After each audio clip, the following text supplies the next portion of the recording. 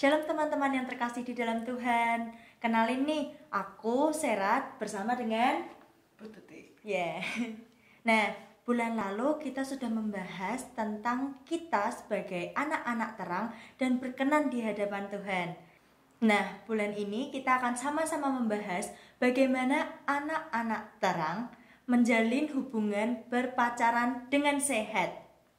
Nah, aku bakal ngasih 2 ayat emas untuk kita dengarkan dan resapi bersama-sama. Yang pertama, di 1 Tesalonika 4 ayat 7. Allah memanggil kita bukan untuk melakukan apa yang cemar, melainkan apa yang kudus. Nah, Allah meminta kita untuk hidup dalam kekudusan sebagai bentuk penghormatan kita kepada Allah, bukan hidup dalam hawa nafsu yang buruk seperti yang disebutkan di ayat tadi, yaitu cemar. Seperti orang-orang yang tidak mengenal Allah, kita harus hidup dengan baik dalam kekudusan karena kita mengenal Allah. Yang satu lagi ada di 1 Korintus 6 ayat 19. Atau tidak tahukah kamu bahwa tubuhmu adalah bait Roh Kudus yang diam di dalam kamu, Roh Kudus yang kamu peroleh dari Allah, dan bahwa kamu bukan milik kamu sendiri. Yang dimaksud di ayat tersebut sudah jelas, bahwa tubuh kita ini bukan milik kita sendiri. Tuhan menyerahkan tugas untuk kita dapat menjaga badan kita ini yang dipenuhi dengan Roh Kudus agar kita bisa bertanggung jawab dengan cara menjaga perkataan, perilaku, dan pikiran kita dengan baik.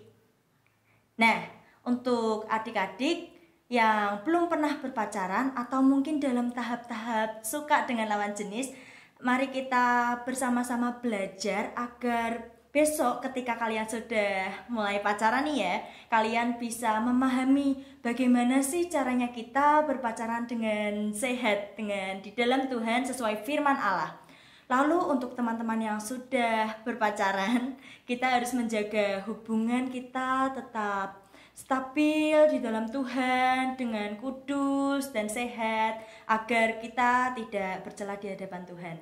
Nah, aku mau tanya nih sekarang sama Bu Tuti, kira-kira gimana caranya anak-anak terang tadi ya menjalin hubungan berpacaran yang baik dan sehat? Oke, terima kasih untuk pertanyaannya. Untuk membangun pacaran yang sehat, yang pertama yang harus kita lakukan adalah kita harus saling mendorong, saling mendorong satu sama lain untuk kita lebih dekat dengan Tuhan. Kenapa? Karena hubungan yang berpusat pada Kristus tentu itu akan menjalin hubungan yang sehat. Ya, karena kalau kita berpusat pada Kristus, pada kebenaran firman Tuhan, tentu kita akan saling menguatkan, saling mengingatkan satu dengan yang lain untuk bertumbuh di dalam Tuhan. Berbeda kalau berpacaran hanya sekedar mencari kesenangan saja. Ya, kalau berpacaran mencari kesenangan saja, kesenangan itu hanya sesaat. Kenapa? Kadang pacar kita pun akan bisa mengecewakan kita. Ya, jadi lebih baik kalau kita berpacaran, kita fokusnya kepada Tuhan, supaya kita sama-sama saling bertumbuh di dalam Tuhan. Contohnya, kita bisa saling sharing tentang firman Tuhan. Kita membagikan ayat-ayat firman Tuhan yang saling menguatkan satu dengan yang lain. Terus kita bisa saling mendoakan, Terus kita bisa beribadah bersama-sama. Berarti bukan mendorong secara fisik gitu ya? Bukan, kalau mendorong secara fisik itu berbahaya, nanti jatuh. Ya itu nggak boleh ya? Nggak boleh. Nah, untuk cara yang kedua adalah kita harus jujur. Kita harus jujur satu dengan yang lain. Jadi dalam berpacaran kita itu harus jujur. Jujur di sini itu bukan berarti kita tidak boleh berbohong. Tapi jujurnya di sini adalah kita harus terbuka. Terbukanya ini terbuka tentang kelebihan dan kelemahan kita. Jadi dari awal dalam berpacaran, kita harus apa adanya tentang diri kita. Kita tidak boleh melebih-lebihkan diri kita sendiri terhadap pacar kita, tapi kita harus jujur. Apa sih kelemahanku? Apa sih kelebihanku? Kamu mau nggak terima kelebihan dan kelemahanku? Kenapa kalau dalam berpacaran kita tidak bisa jujur? Nanti kalau kita masuk tahap berikutnya, apalagi dalam sampai tahap pernikahan, itu akan berbahaya. Kenapa? Karena nanti dari awal kita sudah tidak jujur dalam pernikahan, nanti dalam sebuah keluarga itu kalau tidak ada kejujuran, tentu itu tidak akan bisa berjalan dengan baik. Berarti kalau jujur harus dengan rasa percaya terlebih dahulu kepada pasangan ya. Tentu kita harus percaya dan kita harus saling mempercayai satu dengan yang lain. Ya. Terus yang ketiga, kita harus menjadi orang yang sehat dan kita harus menjalin hubungan yang sehat dengan orang-orang yang sehat. Kenapa? Karena firman Tuhan itu mengingatkan kita supaya kita ini terus bertumbuh di dalam kebenaran firman Tuhan. Ya, jadi kita harus memiliki hubungan yang sehat sesuai dengan firman Tuhan.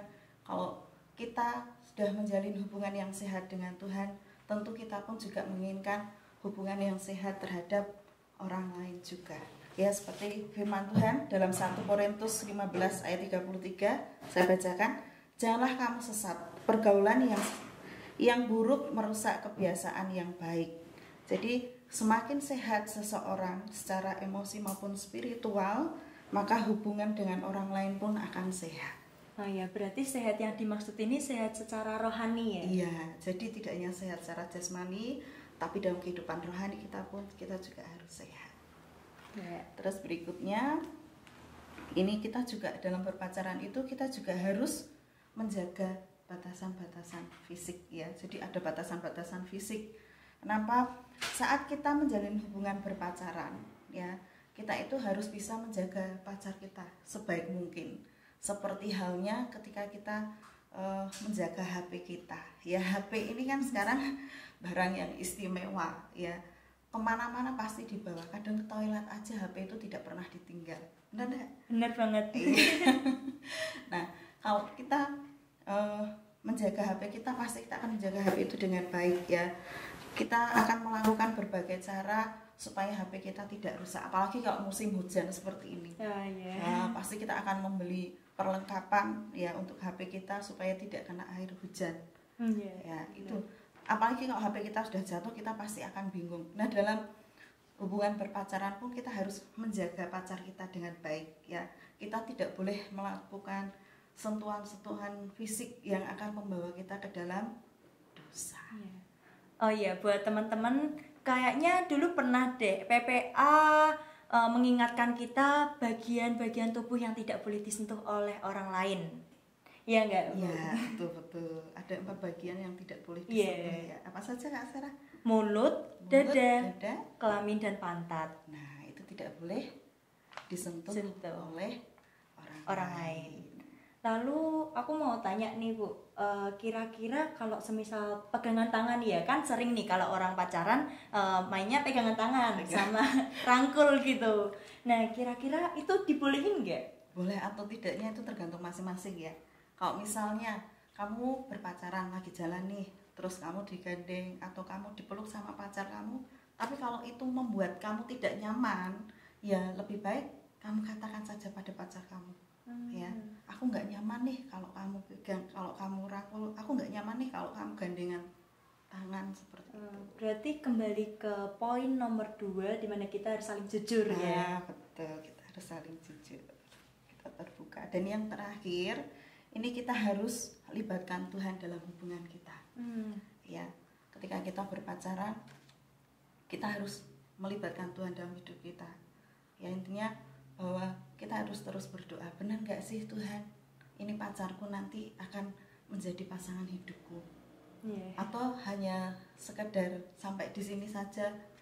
Nah, kita minta hikmat dari Tuhan melalui setiap doa-doa kita kepada Tuhan. Kalau semisal kalian ujung-ujungnya nanti putus sama pacar kalian, ya kalian jangan maksakan, karena pasti Tuhan punya rencana yang lebih baik. Siapa tahu jodoh kalian bisa lebih mapan, lebih ganteng atau cantik gitu kan. Betul. Apa ada lagi yang mau disampaikan? Saya rasa sudah cukup. Sudah. Oh iya, terima kasih kepada Bu Tuti yang sudah menyampaikan materinya. Sama-sama. Ya, intinya dari semua itu hubungan pacaran harus selalu dijalankan dengan selalu mengandalkan Tuhan, selalu melakukan hal-hal yang positif untuk diri sendiri dan juga untuk pasangan, agar hubungan kita selalu jalan dengan sehat. Dan saya harap semoga teman-teman semua bisa menjalin hubungan dengan orang yang tepat, pilihan Tuhan, dan jangan sampai melakukan hal-hal yang berujung pada dosa. Terima kasih. Cukup sekian sampai di sini dan shalom semuanya. Tuhan berkati. Terima kasih.